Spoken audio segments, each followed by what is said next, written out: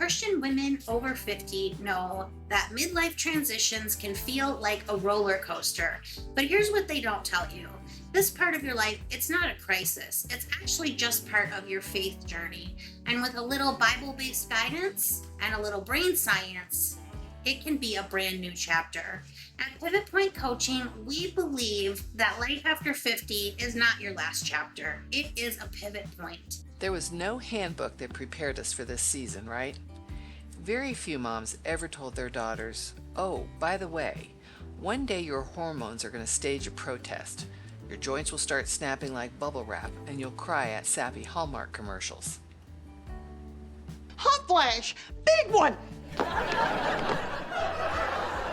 Before or after the kiss? There was no kiss. Just the smacking of my thighs as I ran from the car. Did he notice? Did he notice? Here's what's really happening. Your brain keeps changing throughout your life because of something called neuroplasticity.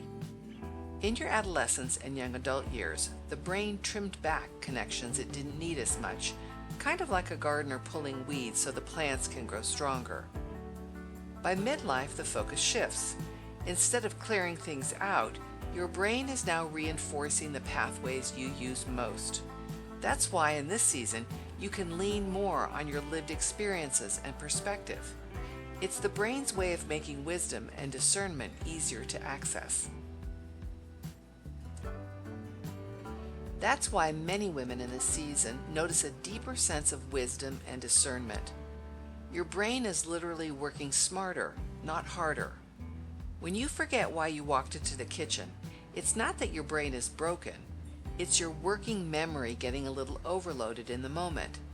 At the same time, your brain is still remodeling itself through neuroplasticity. By midlife, that remodeling looks less like pruning and more like strengthening the connections you use most, helping you rely on wisdom and perspective, even if you sometimes lose your keys. God designed this rewiring in midlife, and what can happen is that distractions fade and His voice comes through more clearly.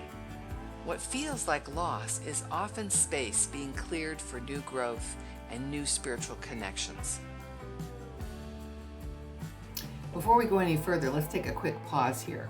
Now, if you've ever walked into the pantry 3 times and still couldn't remember why you were there, drop a comment below with your funniest midlife brain moment. We've all been there, and it's helpful to laugh together. Now, if you're finding encouragement here, hit subscribe so you don't miss the rest of the series, and be sure to sign up for our free Masterclass, Managing Midlife Emotions. It's super interesting, and we provide and practice some great skills so that you can be your very best self. Here's one simple tool to practice this week: the pruning pause. When you forget something, instead of panicking, stop and take a breath. Say out loud, my brain is making space for wisdom. Ask, Lord, what do you want me to hold on to today? What can I release? If you're wondering why this helps, every time you pause and reframe forgetfulness, you actually interrupt your body's stress response and give your brain a chance to reset. Pairing that with prayer shifts your focus from fear to faith. Over time, this tiny habit actually strengthens the pathways of peace and resilience, so what feels like a nuisance moment becomes a chance to grow clarity and calm. So here is the truth. What nobody tells you. Life after 50 is not a crisis, it's just a pivot. You're not broken, you're not unusual, you are being renewed. With faith, neuroscience, and a little bit of humor, you can step into your next chapter with clarity and joy.